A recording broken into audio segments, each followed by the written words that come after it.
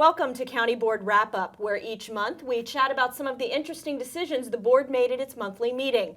I'm Kara O'Donnell from Arlington Economic Development, and joining me today, as always, is County Board Chair Libby Garvey, and we also have a special guest for our first segment, Board Member Christian Dorsey. Libby, Christian, thank you both very much for being with us today. Great to be here. Hi, now, Kara. Before we get to the events of the meeting this month, let's talk about that issue that's been all over the news. Everybody has been talking about it, and that's SafeTrack and the Metro. Christian, you are the Arlington representative on the Metro board. Tell me a little bit first about what that entails. Well, first it entails I drew the short straw at our organizational meeting. Thank you, Christian. But so the Metro is governed by a board of directors, and it includes 16 individuals, and I'm one of them. They represent all of the jurisdictional interests that govern Metro, the federal government, state of Maryland, the Commonwealth of Virginia, and all of the sub-jurisdictions within those entities that have the Metro system. So I am proudly representing Arlington's interests on the board. Okay, and of course, SafeTrack. Everybody has been talking about the impact SafeTrack was going to have, is having, will have in the future. How's it been going so far? We've been in a couple weeks now. I hope that's wood, but it's been going fairly well, Yeah, all it things has been. considered. It has been. And that's because there are a lot of things that we had hoped would happen that have actually come to pass. Just to give you a basic sense of what happened during the first surge, which included significantly for Arlington, single tracking from East Falls Church through Ballston and also west of East Falls Church, and that reduced ridership west of Arlington by about 27%. But overall, the system, including all of the cores in Washington and Maryland, was only down about 1%. So it was relatively flat overall. That's because the Silver Line, it's still relatively new. There are not a whole lot of riders that come from there. But what we saw happening within the core of the station were people adjusting and figuring out how to use the bus bridges that could take them when stations were a little bit too crowded, people just deciding that they were going to allot more time to their commutes and being patient. And then in Arlington, of course, Arlington, we saw this really terrific thing where there was a surge in people riding bikes. We ran to out work. of bicycles sometimes. Capital bike share locations Yeah. were barren. Yeah. We have Yeah. Bike to Work Day annually in May, and it's a national thing, and we celebrate it proudly in Arlington. What we saw were ridership levels during the first surge of SafeTrack, which equaled Bike to Work Day, which is the biggest day for cycling in the region, and we saw that every day during the surge. Yeah, so yeah. people figured it out, And I think some people telecommuted. that's right, I think, absolutely. which we were advising folks to do. And a lot of people discovered ART, our Arlington Transit bus service. They figured out how to use it to get to where they needed to go. So I saw, and I was encouraged, people utilizing all elements of our transit network to get around. Now, to make that happen, we also, as a county, took a lot of precautions. Absolutely. We had mitigation meeting after mitigation meeting, coordination meeting after coordination meeting, and Metro itself stepped up to make sure that there was supplemental service on a lot of the lines that run parallel to the rail work. Those were augmented with more buses. They had later hours, so that met some of the demand. ART, as I mentioned, really was deployed in a way that made it kind of a big city bus service, and it was able to handle a lot of that demand. And then there was just constant conversation with all jurisdictions to figure out how we promote teleworking, telecommuting, how we prioritize signals to actually move people who are on the roads a little bit faster. There was a whole lot of work going on behind the scenes that probably weren't well appreciated by people who experienced traveling during SafeTrack, but I think overall led to it being a pretty smooth experience. And I think a little shout out to the local media, because they Yeah. you and I were in a press conference. I think we're going to do another one on That's Tuesday, and actually really working to get the word out to everybody about what options are there and what people should do. And I think that's been really helpful too.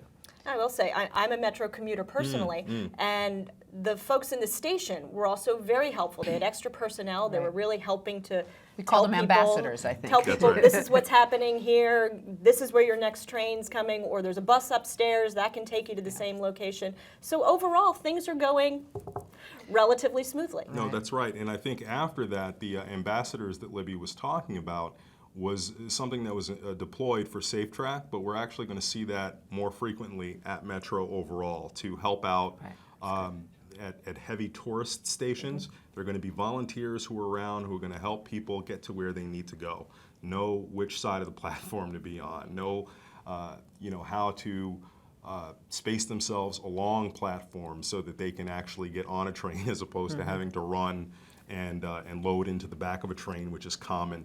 There are all kinds of things that I think are going to come from this that are going to be best practices moving forward, which are really going to help Metro sort of fulfill its potential. Yeah, and I think we ought to give a shout out to Paul Wiedefeld too. I mean, you're part of The it's GM a new of board, Metro. the new GM. Yeah. I just think it's really a new era, and people complain a little bit. We all understand it needs to happen, and it should have happened a while ago. And I think he's doing a great job, and we're all kind of pulling together because we got to fix Metro. It's got to work for this region.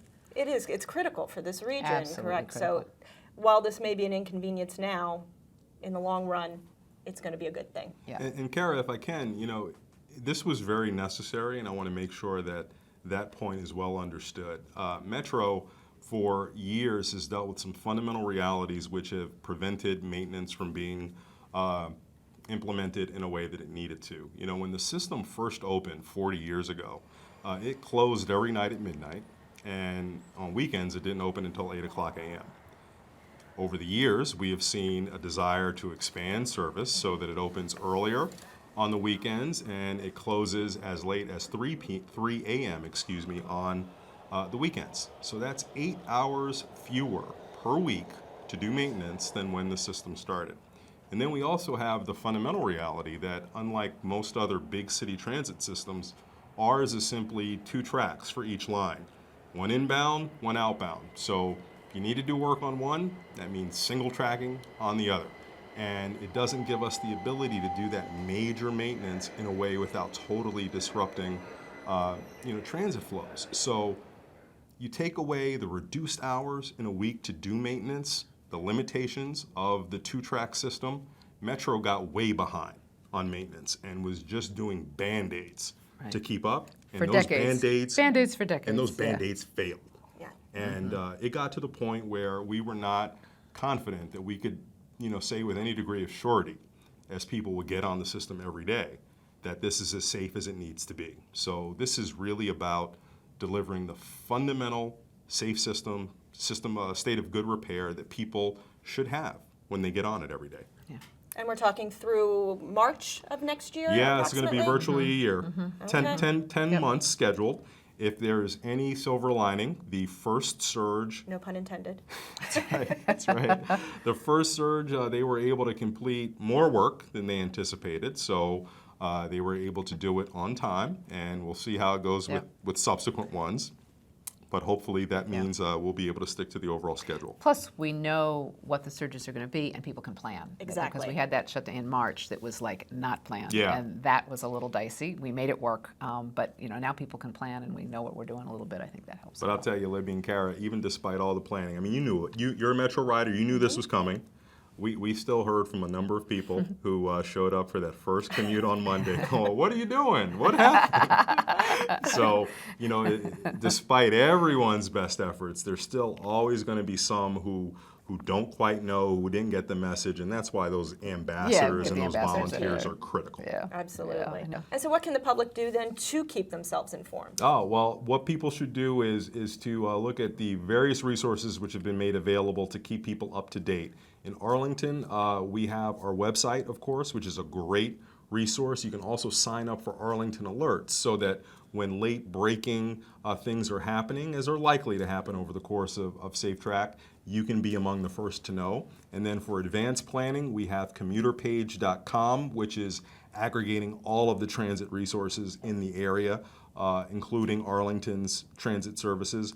And you can also look at Metro's website as well. So commuterpage.com, the Arlington County website, And just, sign I up think for you can those just alerts. search on SafeTrack, I That's think, on right. our website, and then it's got links too. I think we've got links to all these sites That's as well. right. Well, and that's a good segue to an area of Arlington that not only has had its transit issues in the past, but a whole redevelopment schedule for it, and that's Columbia Pike. And we made some big decisions this month for Columbia Pike. Let's talk a little bit about that. Yeah, well, we were talking about that. Well, we have finally known, we call it the Rappahannock Yeah, site, right? yeah. And I think you're a longtime client of Rappahannock. I've been too. It's a favorite spot, but it's kind of old and needed to be redeveloped. And it's right in Christian's neighborhood. Why don't you talk about it a little bit, Yeah, Christian? Rappahannock has become kind of like my district office in South Arlington. So I meet You're there gonna have to frequently find another for one coffee. a little bit. I've still got some time, Yeah. so I've got maybe Yeah. a couple of years before I have to find alternative digs. But it's part of a series of older one-level retail buildings down in Columbia Pike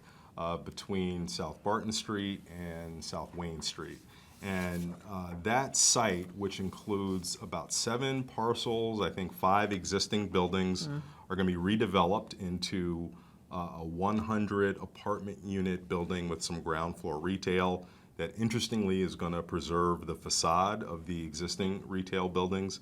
But it's another innovative project for Columbia Pike, which is going to largely cater to working professionals or retirees. It's going to be 1-bedroom apartments, and it's going to offer a transit-friendly lifestyle because it's going to be right at the site of one of the planned super transit stops down on Columbia Pike, which will ultimately be served by whatever transit solution we implement there. So it's a fairly substantial project and is in keeping with what has been an incredible amount of momentum on Columbia Pike, kind of moving east to west over the years, where we've seen large-scale development of both market rate and buildings that offer affordable homes as well, and are sort of evolving to provide some different architecture, some different features. We're seeing a fairly intense interest in Columbia Pike, it's and it's really good to coming see. along. It really is. And I think in those residents, I think there's going to be some ground floor retail, which might even include a coffee shop like Rappahannock might be right back again. My which hope, we'll Libby, see. is that Rappahannock kind of finds temporary digs elsewhere, or maybe the owner, Mr. Lee, a wonderful guy, maybe he just takes a vacation takes a for a year sabbatical. or so, and a sabbatical, and then comes back. Yeah. That would be my hope. One of the interesting things that Christian talked a little bit about the historic facade, and there's some discussion about whether to preserve it because it may be older, but it's not maybe as the most beautiful facade. But they decided to keep the facade, and actually that made the architecture kind of interesting because one of the criticisms we hear about the form-based code along Columbia Pike, and I think we're all pretty aware of it, is that everything's starting to look alike. And we really don't want to. I mean, we really want to keep the vibrant diversity that is Columbia Pike. The character. Of it, yeah. And those historic facades, then we had to work around that, and it doesn't look like everything else because it's different. It and is it's different. kind of cool. Kind of keeping that character, but making it a little more forward-thinking at the same time. And interesting, yeah, All which is right. good. Well, thank you very much. That brings us to the end of our first segment. Thank you. And thank you, Christian, for joining us in our discussion today. We're going to take a short break now, but when we return, we'll ask Board Chair Libby Garvey about some other proposed developments approved by the board this month. We'll also be talking about a beloved school that is now a local historic district. All that and more when we come right back.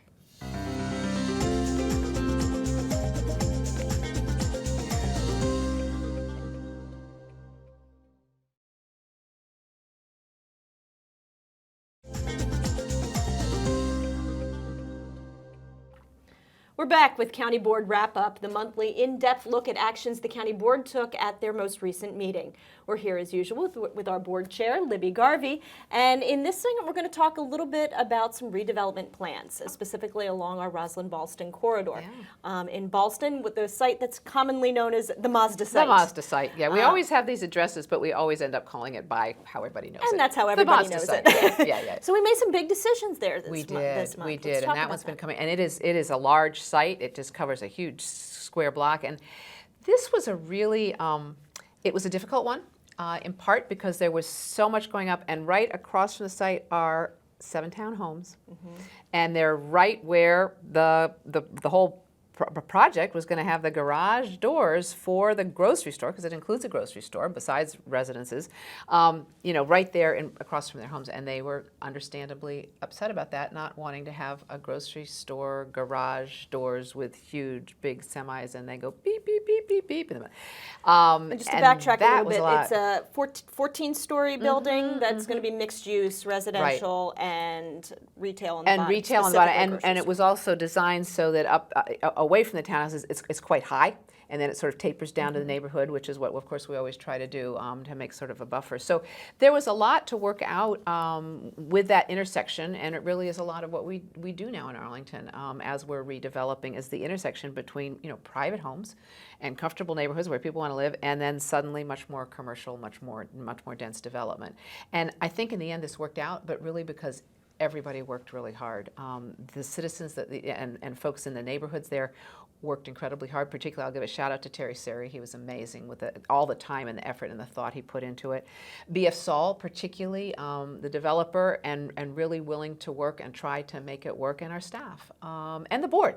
Every single one of us was out to that site to look at it. So what was the final decision? How did we resolve the beep, beep, beep, beep? Well, in a number of ways. At one point, and not too long ago, actually, they came, and there were the doors right across, and I sort of said, I'm not going to do that to the city. We've got to make this better. And several of us said that. So a lot of work was done. The garage got moved down. There was an alley. So most of the garage, major part, is across from an alley now instead of across from the houses, which is great.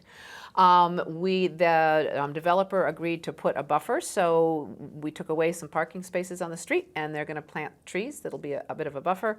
They're going to be very special doors that will go up and down very quickly. And none of the loadings will be done on the street. And we're going to work hard to make sure that doesn't happen, and that they're not waiting there, in the wee hours for the garage doors to open. But that they'll go in, unload at the docks. The doors themselves have special soundproofing to keep the noise to a minimum. And the developer offered to replace the windows on the townhouses that face on the street to keep the noise down, which I think they're going to take up. So everybody kind of came together to try and make it work, and I think in the end we did. And it's really a beautiful, it's going to be a beautiful project. Mm-hmm. And of course, then it's right across the street from the Ballston Quarter, right across from Ballston Quarter, and the grocery store is going to be much needed, I think, and desired there, and nice places for people to live, and it blends nicely with the neighborhood, and is actually done in several different architectural styles, so it doesn't look like one big massive development. It reads like it's sort of always been there and been developing over time. Oh, very interesting. A lot of changes in that neighborhood. A lot of changes and a lot of angst. And again, I just think staff, citizens, and the developer working together, really all having pretty much the same goal and pulling together until we got it right. Compromise is key. Absolutely key, yes. Okay, well, let's take a swing from redevelopment to preservation, and the Stratford School. The county board voted at the June meeting to name the Stratford School building a historic district. Right. Tell me a little bit about that decision. Well, this is a big one. As most people know who've lived in Arlington at any point, the first school desegregated in Virginia was Stratford. And the building itself is architecturally significant. It was because it was when we first started building schools back in the 40s, and it's got something called the International Style. So it's got a very distinct style. And the fact that this was during the time of massive resistance, when many of the school systems in the state decided rather than integrate their schools, they just closed the schools.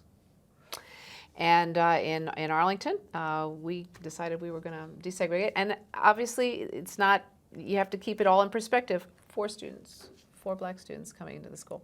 And a lot went on. It was very historically significant, and it's important to preserve that history, both the architectural significance and the historical significance. And school board had already voted to have it a historic district, and then we had the other night, and it was really one of these wonderful moments in Arlington. And I looked out, and a number of folks were in the room. I recognized Michael Jones, who was one of the 4 original students. He was there. My former colleague on the school board, Frank Wilson, came, and he was there.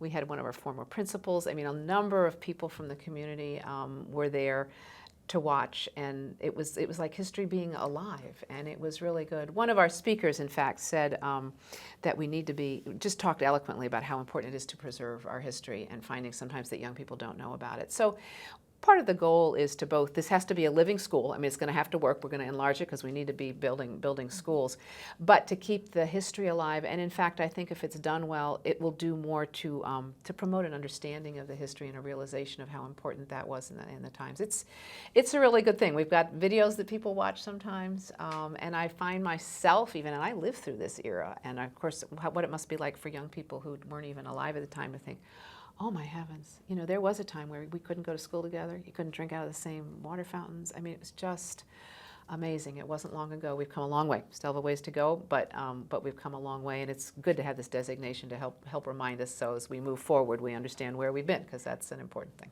I was just going to say, and you mentioned there are still plans for this school. It's not going to become just a historic site. Right. It's very much still a school. Very much still a school, and then we're going to be adding on to it. And we had a whole, which I discussed, I think, in the last month's meeting about, you know, we're going to be adding a road, a drive to improve the transportation, because they're adding, I think I'm trying to remember, I think it's 400 more students. Okay. So a lot more students are going to be there. It's going to be a regular middle school, and of course then the program that's there now, HB Woodlawn, is going to move down here towards Courthouse at the Wilson site. So there's a lot going on, and the Wilson site too has some history to it. So. Wow. And how is the historic site going to work with kind of the renovations taking place? How's that all going to Well, we worked very hard with the HALRB, which is our Citizens Advisory Group, and with historians. And in fact, part of being a historic district is making sure their whole guidelines to follow as you build, and it talks about the kind of materials you use. And part of it was simply, as they do the addition, to not cover up the facade in the area, so it looks pretty much sections of it as it did when the students walked in that day, many years ago now. Very exciting. Yeah, it is. All right, well, thank you, Libby. We're going to take another short break, and when we come back, I'll ask the chair about the county acquiring some new parkland, as well as some neighborhood conservation projects, and more with County Board Wrap.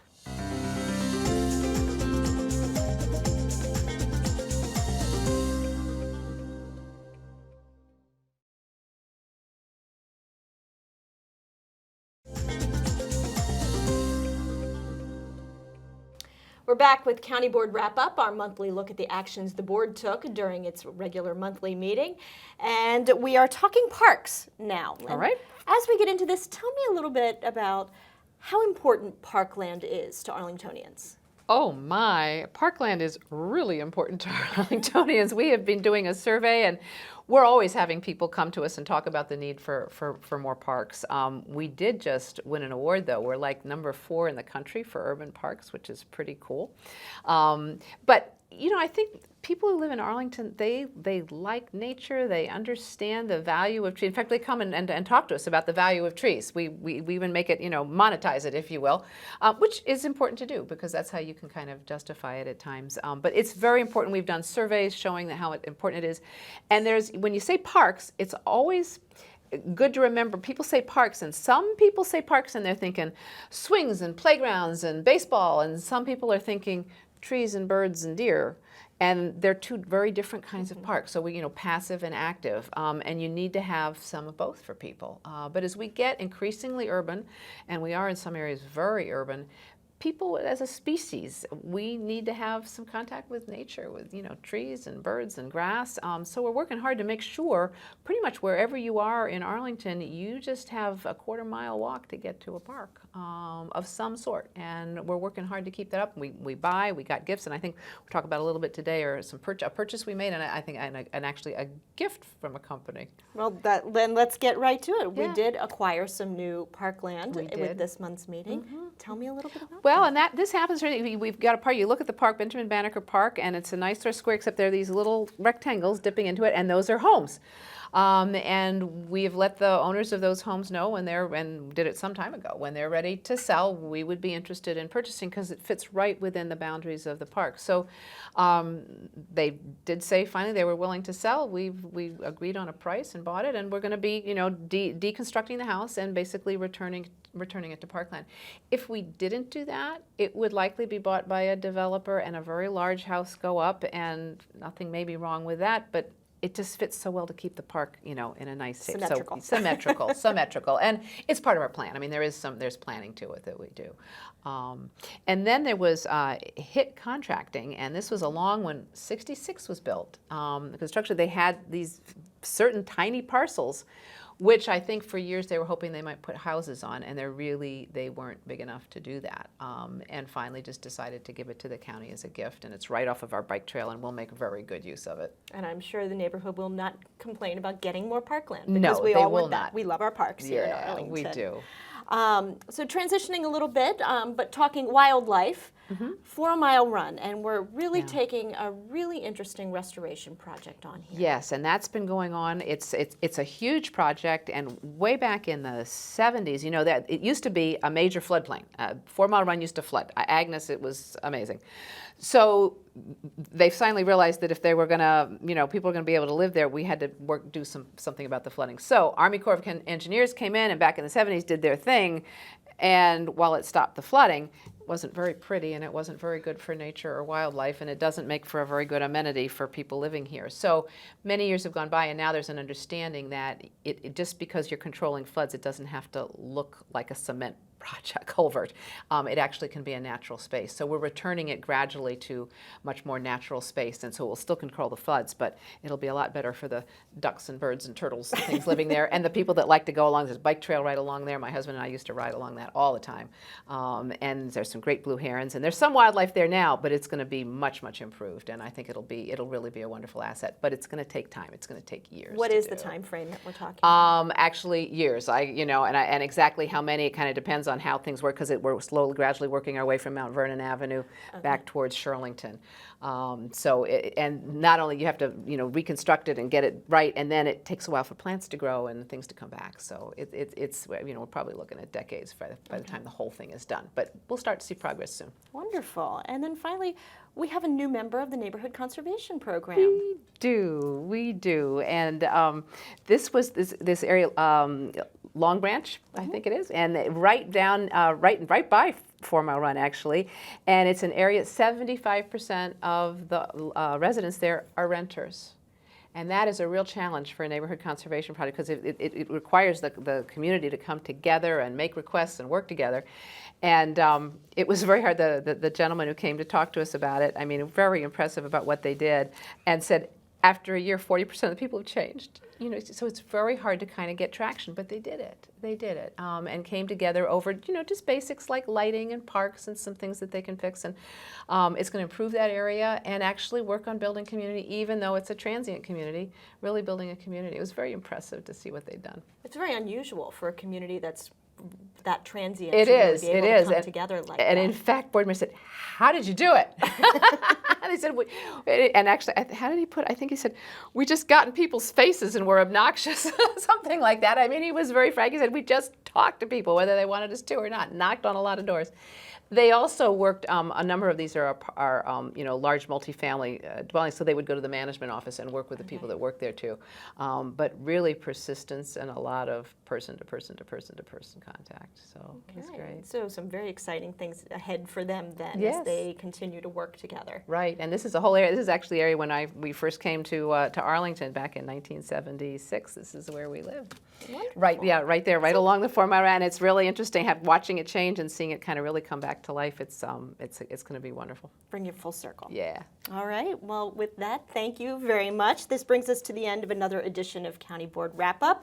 We will, of course, be back next month with our Board Chair, Libby Garvey, to chat about the July meeting, which is, by the way, the last board meeting before that summer break in August. Remember, if you want to learn more about the topics we're discussing, visit the county website at arlingtonva.us and just search County Board Meetings. There you'll find agendas, staff reports, and video of the board meetings and all this information. We'll see you next month.